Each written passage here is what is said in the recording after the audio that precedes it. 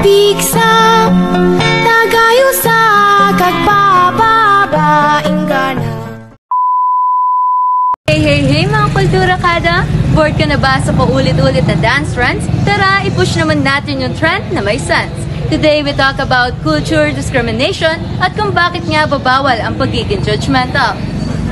Ingana, waya waya, uway.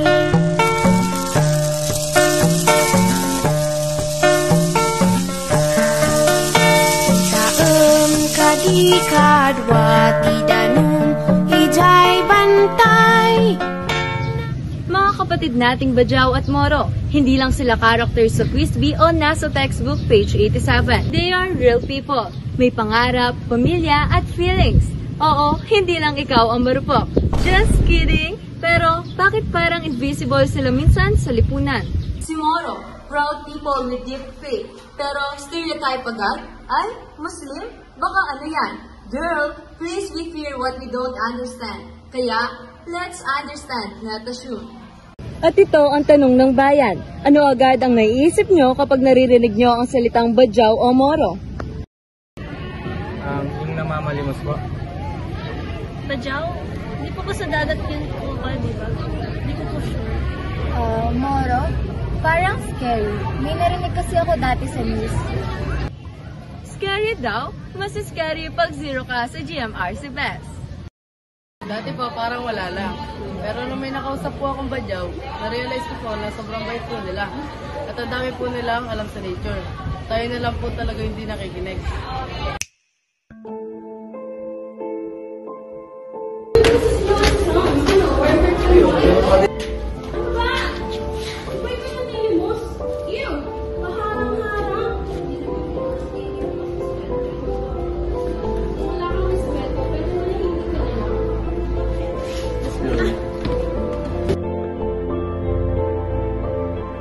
Ano ba ang uno? Basa ko sa nila.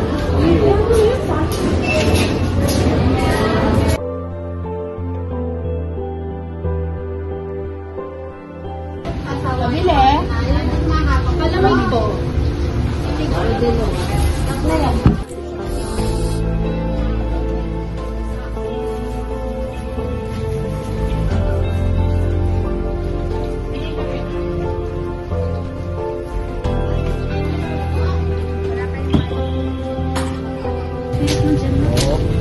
Uy! Muslim! Baka batilin tayo niyan. Ano natin dyan? Baka kung ano nangyari sa Oo nga. Ganyan sila, ano? Hindi naman po masama makipagkaibigan sa amin. Ang masama lang ay ang mga musya.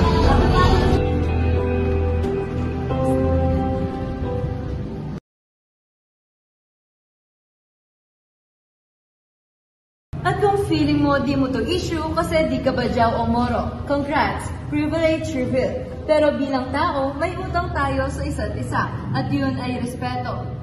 So, anong pwede natin gawin bilang legit kultura kada? Una, mag-aral. Hindi lang para sa quiz. Alamin ang totoong kwento ng mga kapatid nating IPs. Pangalawa, don't mock the drip. Huwag gawing costume ang cultural wear sa TikTok. Cringe! Pangatlo, support, don't stereotype. Hindi lahat ng galing sa Mindanao ay dangerous. Pang-apat, be loud online. Pero for right cause. Kung kaya mo mag-trending sa chicken mukbang, kaya mo rin mag-share ng awareness. Mga kultura kada, kung ang boses mo ay pan-TikTok lang, sayang naman. Gamitin naman natin to para sa tama. Let's be the generation na hindi lang basta wo, kundi gumagalaw. Kultura man ay iba-iba, pero lahat tayo ay Pilipino. Sa bawat lahi, kulay at paniniwala, may mga kwento tayong dapat pakinggan. Hindi sukatan ng pagkakaiba ng bawat isa para lamang mawala ng halaga dahil ang tunay na kultura, niyayakap at hindi inuhusgahan. Respeto ang wika ng pagkakaunawaan at tayo ang tagapagsalita nito. Kaya kultura kada, bitbitin ang tapang, talino at puso. Hanggang sa muli natin pagkikita, See you in the next vlog. Kasama ang kultura na may kabog.